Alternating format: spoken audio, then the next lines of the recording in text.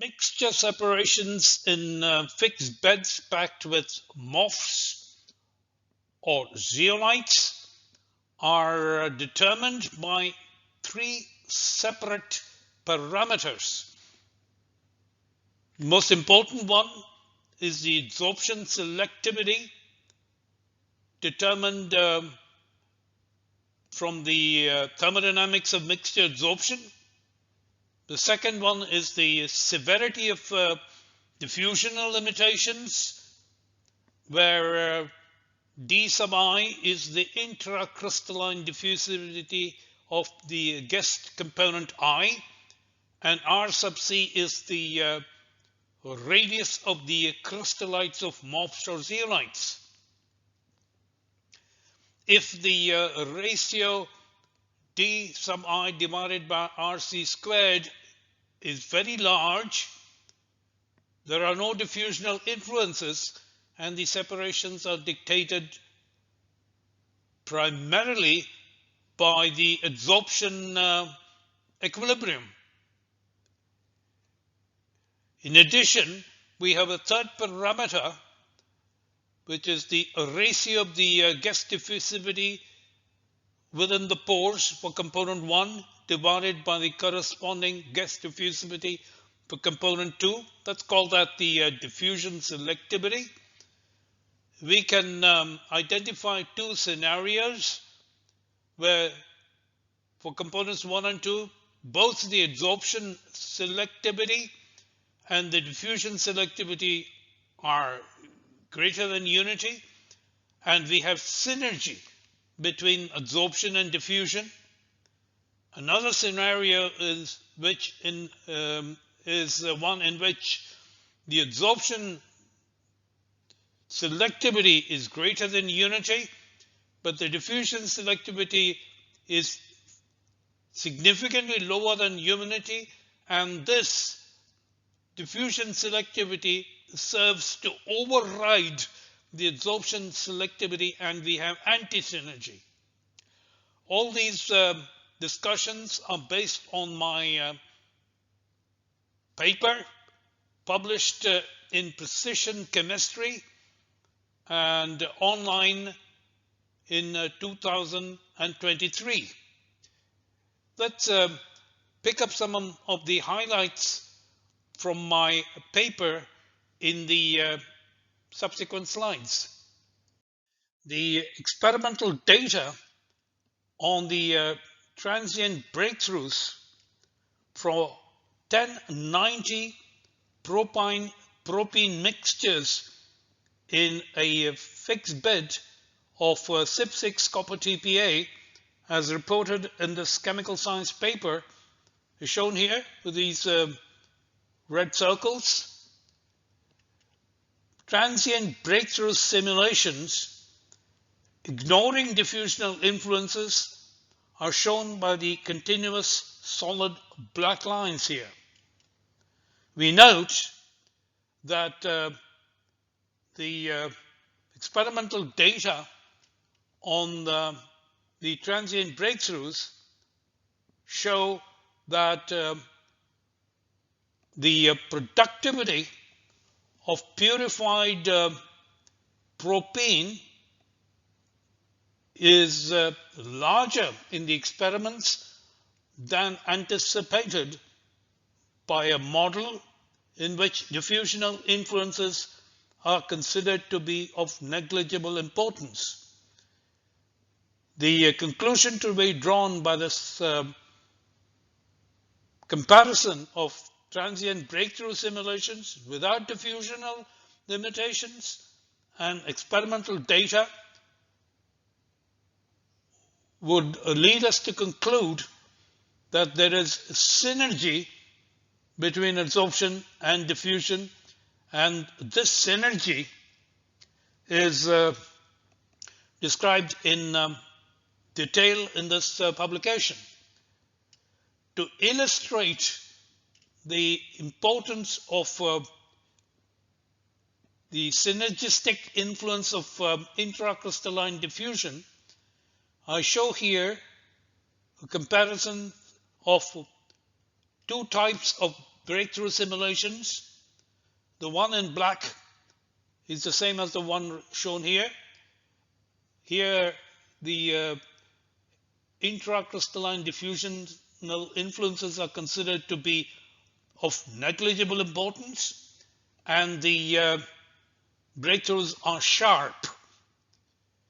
The simulations in red are simulations in which we have a diffusional selectivity of 5 in favor of propine, and the severity of diffusional influences for components 1 and 2 are described by these two parameters.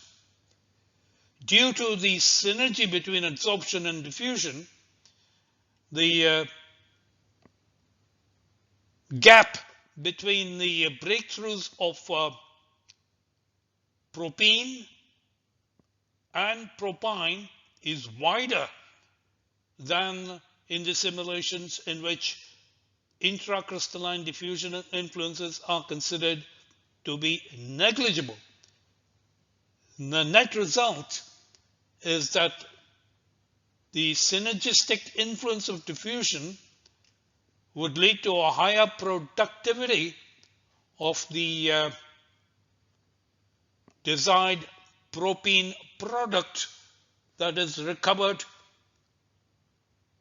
at the exit of the fixed bed adsorber during the adsorption cycle.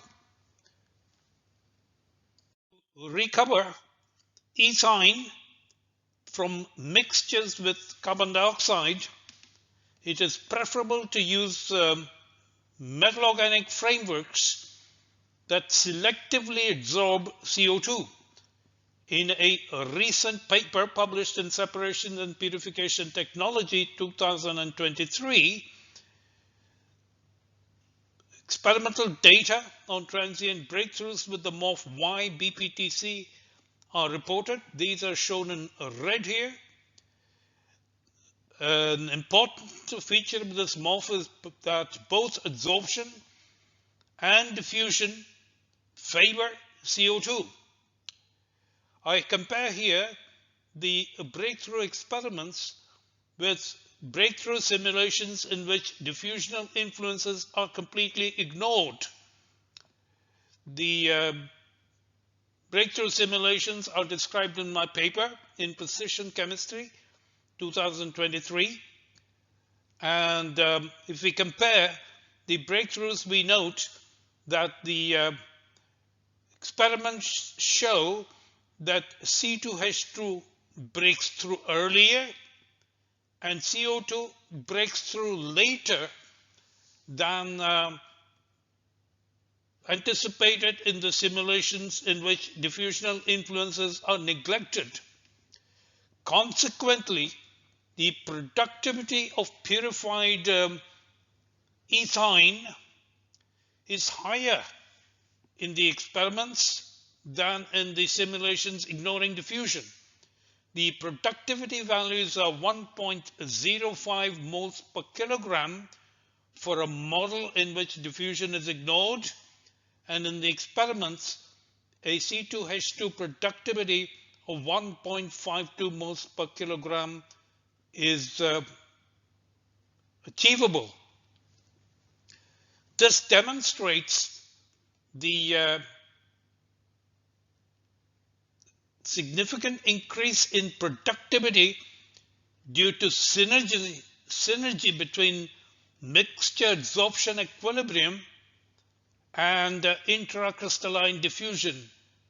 With YBPTC, both these phenomena favor CO2. The separation of mixtures of CO2 and C2H6 is relevant in the context of natural gas processing. Current technologies for CO2 C2H6 separations use extractive distillation because of azeotrope formation. In my presentation today, I'm going to discuss a different strategy for separating mixtures of CO2 from C2H6, And this strategy relies on anti-synergy between mixture adsorption and diffusion in microporous crystalline materials. In particular, I'd like to consider separations using DDR zeolite that consists of cages separated by narrow windows with an aperture size 3.65 angstrom. The shortest aperture distance, and the longest distance is 4.37 angstrom. Both of these gas molecules jump lengthwise across the windows, and since the cross-sectional dimension of CO2 is smaller than that of C2H6, the mobility or diffusivity of CO2 is significantly higher than that of C2H6. Let's look at experimental data on transient uptake within crystals of DDR zeolite. The experimental data are shown by the symbols. The red circles are for CO2, and the blue squares are for the uptake of C2H6. At equilibrium, the loading of C2H6 is significantly larger than that of CO2. However, if you look at the initial transience, we note that the CO2 loading within the DDR crystals is significantly higher. This is because of the higher mobility of CO2. The pores are initially filled with CO2 before they reduce in the loading to reach the equilibrium value. So there is an overshoot in the CO2 loading during the initial transience. To model these experiments, we resort to the Maxwell-Stefan diffusion equations, and the expression to describe the transient uptake of the component loadings is described by this partial differential equation, where Qi is the molar loading of component I at any position R within the crystallite, which is assumed to be spherical, at any time t. This time derivative is related to the molar flux of species I, and the molar fluxes are described by the Maxwell-Stefan diffusion equations as being proportional to the gradient of the chemical potential of species I, and the proportionality constant is the Maxwell-Stefan diffusivity d sub I. Rho is the framework density of DDR. The experimental data can be matched taking the ratio D1 divided by D2, the ratio of the Maxwell-Stefan diffusivity of CO2 to the C2H6 to be 1333. And there is another parameter that is important, and that is the ratio of the Maxwell-Stefan diffusivity for component 1, which is CO2, divided by the square of the radius of the crystallite.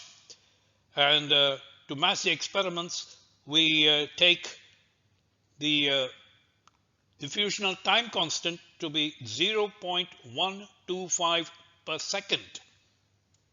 I'll return to these parameters later in my presentation.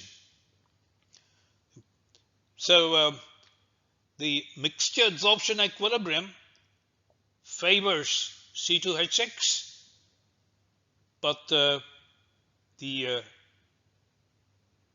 diffusion selectivity favors CO2, and we would like to cash in on the anti-synergy between adsorption and diffusion to achieve the separation of CO2 C2H6 mixtures in fixed bed adsorbers.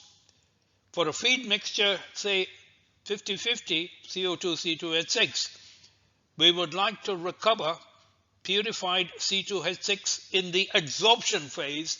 In other words, we would like the pores to selectively take up the more mobile component. So we need to achieve or realize kinetic separations. I consider transient breakthroughs in an adsorber packed with a DDR zeolite. The feed mixture consists of an equimolar mixture of CO2 and C2H6 with partial pressures 20 pascals each, and the breakthrough simulations have been carried out for two sets of conditions. The two scenarios are shown here. The blue lines are the scenarios in which the diffusional time constant d1 divided by rc squared is 1.25 times 10 minus 3. The continuous blue line is for the breakthrough of C2H6, and the dashed blue line is for the breakthrough of CO2. So if we have strong diffusional limitation that is characterized by small values of this diffusional time constant, the component that breaks through first is C2H6. So this is the desirable scenario where we have kinetic separations dictated by diffusion that favors CO2, and CO2 is preferentially adsorbed. If, on the other hand, the diffusional time constant is significantly larger, say 0.5 per second, the breakthroughs are shown by the black lines.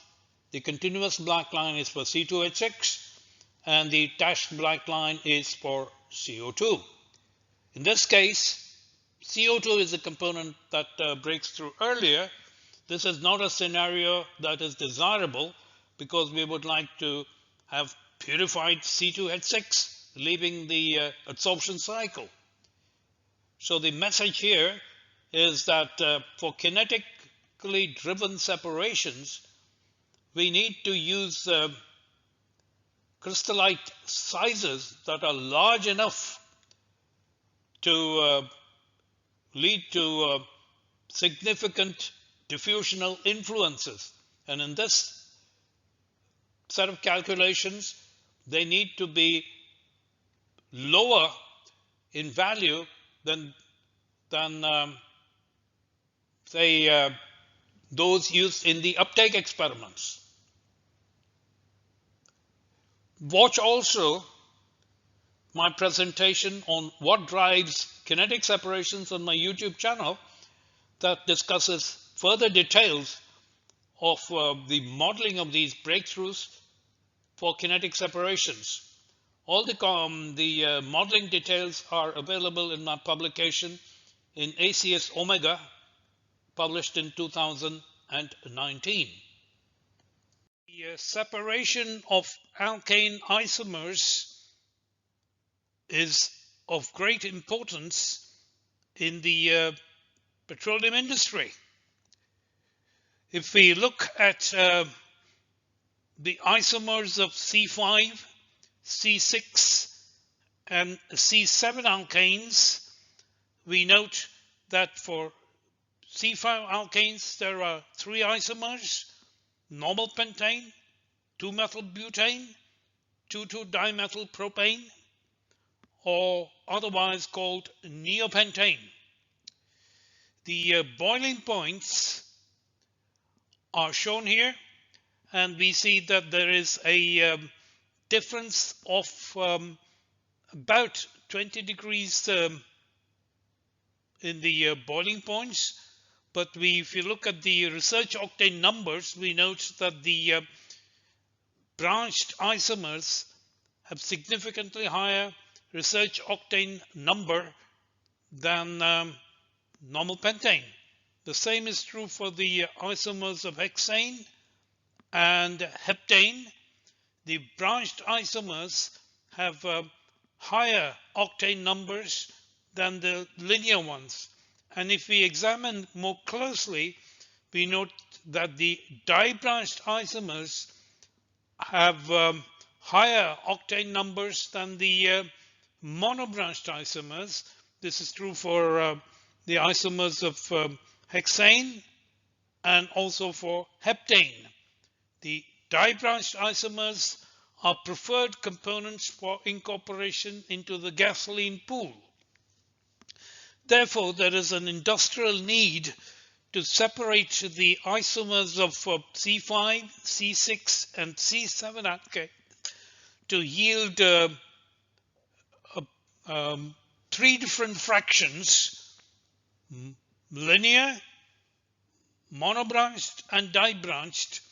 And the di-branched isomers are the preferred components to be separated and incorporated into the gasoline pool. And the question is, how do we separate the di-branched isomers from the monobranched isomers, and how do we separate the monobranched isomers from the linear isomers? And if we look at the boiling points of C6 and C7, we note that the differences are quite small. It's possible perhaps to separate the linear from the branched ones, but the separation of the di-branched isomers from the linear isomers is a difficult task. And that is the topic for discussion in my presentation today. I show here a process flow scheme for the alkane isomerization process, in which a feed mixture consisting of C5, C6, and C7 alkanes is fed to the isomerization reactor that is catalyzed by Mortonite catalyst. The products emerging from the isomerization reactor is a thermodynamic equilibrium of the isomers of C5 alkanes, C6 alkanes, and C7 alkanes. In the separation step, LTA5A zeolite is used in order to separate the linear isomers NC5, NC6, and NC7 that can pass through the narrow windows, typically of diameter 4 angstrom, 5 angstrom, and the bulkier monobranched and dibranched isomers are unable to hop from one cage to the adjacent cage, and they are recovered in the raffinate phase. The linear isomers can be recycled back to the alkane isomerization reactor. For background on the process details, I refer you to my 2 papers listed here. An improved process flow scheme would be to use MFI zeolite as an adsorbent in the separation unit. And the advantage of using the MFI adsorbent is that we can separate the di-branched isomers from the linear isomers and monobranched isomers, and the linear and monobranched isomers can be recycled back to the isomerization reactor, whereas the di-branched isomers that have significantly higher research octane numbers can be directed and incorporated into the gasoline pool. I refer you to my publication in Physical Chemistry and Chemical Physics, published in 2015. Also, see my presentation on entropic separations on my YouTube channel. I focus now on the separation with MFI adsorbent. MFI zeolite is a suitable adsorbent for separating alkane isomers. MFI stands for mobile 5. It has a set of intersecting channels of 5.5 angstrom. These are the straight channels, and in this direction we have the zigzag channels. These channels intersect at these locations, and there are 4 intersection sites per unit cell. The branched isomers of alkanes, say 2-methylbutane, 2-methylpentane, and 2,2-dimethylbutane, all the branched isomers prefer to locate at the intersection sites where it has more leg room. This is shown by the computational snapshots here. There are 4 intersection sites per unit cell, and the saturation capacities of the unary isotherms for these 3 isomers are all 4 molecules per unit cell. For 2-methylbutane, the Langmuir constant is 4.12 times 10 to the minus 5 Pascal minus 1. The corresponding Langmuir constant for 2,2-dimethylbutane is higher. It's 7.12 times 10 minus 5. And the Langmuir constant for 2-methylpentane is even higher than that of 2-methylbutane because of improved van der Waals interactions with the channel walls, and the Langmuir constant is 1.27 times 10 minus 4 Pascal minus 1. However, the diffusional time constants are shown here. These were determined experimentally, and these diffusional time constants are the highest for 2-methylbutane. This lowered slightly for 2-methylpentane, and the lowest diffusional time constant is for 2,2-dimethylbutane. Therefore, within the intersecting channels of MFI zeolite, 2-methylpentane has the highest adsorption strengths, but the dibranched 2,2-dimethylbutane has the lowest diffusivity. Let's examine how adsorption strengths and guest mobility play out against each other. And I demonstrate this by examining a set of 6 experiments reported by Joly-Maitre in the AICHE journal paper published in 2002. The analysis I will be presenting is based on my own paper published in ACS Omega in 2019.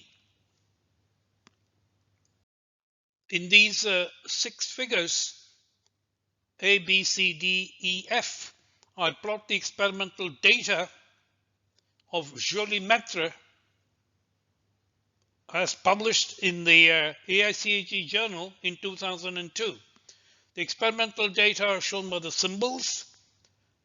These 2 experiments here are for binary mixtures of 2-methylpentane and 2,2-dimethylbutane. The experiments show that the component to elute first is 2,2-dimethyl butane that has the lower adsorption strength and also the lower intra-crystalline diffusivity as compared to 2-methyl pentane that has a higher adsorption strength and also a higher diffusion coefficient. The continuous solid lines are the breakthrough simulations ignoring diffusional influences, and we note that the match is poor because diffusional influences are strong. Diffusional influences make 2,2-dimethyl butane elute the adsorber earlier than anticipated by a model that ignores intracrystalline diffusional influences. Indeed, diffusional influences are helpful in the separations because there is a wider gap between the breakthrough times from experiments than those anticipated by a model that ignores diffusional influences. Put another way, adsorption and diffusion act synergistically in runs 17 and 18. The partial pressures indicated here are the partial pressures of the feed mixture at the inlet to the fixed bed adsorber packed with MFI pellets. The experiments shown here, these four set experiments run 19, 20, 21 and 22 for ternary mixtures of 2-methyl butane, 2-methyl pentane and 2,2-dimethyl butane. In all four experiments, the component to elute first is 2,2-dimethyl butane that has the lowest mobility within the intersecting channels of MFI zeolite. The component to elute last in all four experiments is 2-methyl pentane that has the highest adsorption strengths of the three components.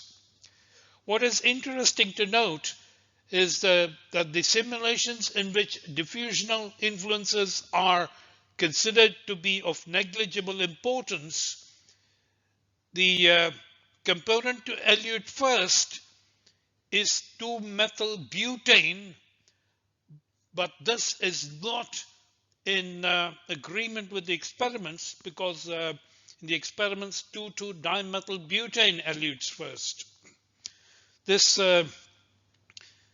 reversal in the order of breakthroughs of 2-methyl butane and 2,2-dimethyl butane is purely ascribable to the significant differences in intracrystalline diffusion due to the significantly lower mobility of 2,2-dimethyl butane within MFI zeolite. 2,2-DMB elutes first.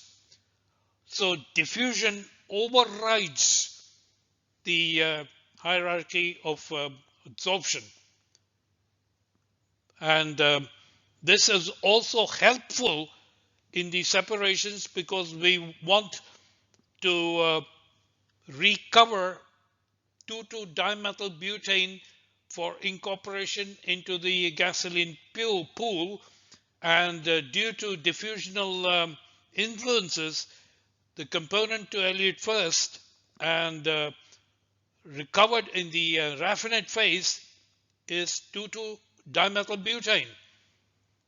So diffusional influences help separations. Let us demonstrate that quantitatively in the next slide. To model the breakthrough experiments published by Joly-Maitre, we need to take proper account of both adsorption and diffusion And for modeling of diffusion inside the micropores, there is a need to incorporate the Maxwell-Stefan diffusional formulation, in which due account is taken of thermodynamic coupling effects. And I explained this in my 2019 paper published in ACS Omega. Watch also my YouTube presentation, Diffusion in Micropores. And there are other presentations on diffusional effects in zeolites and morphs that can be viewed on my YouTube channel. The set of 6 experiments can be reproduced nearly quantitatively by a model in which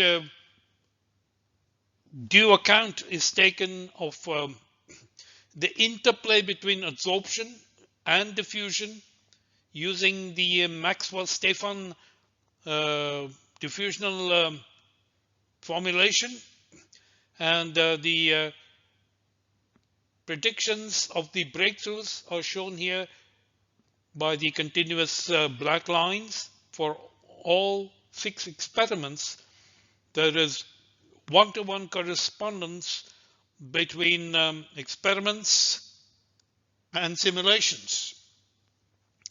So I conclude by saying that MFI zeolite is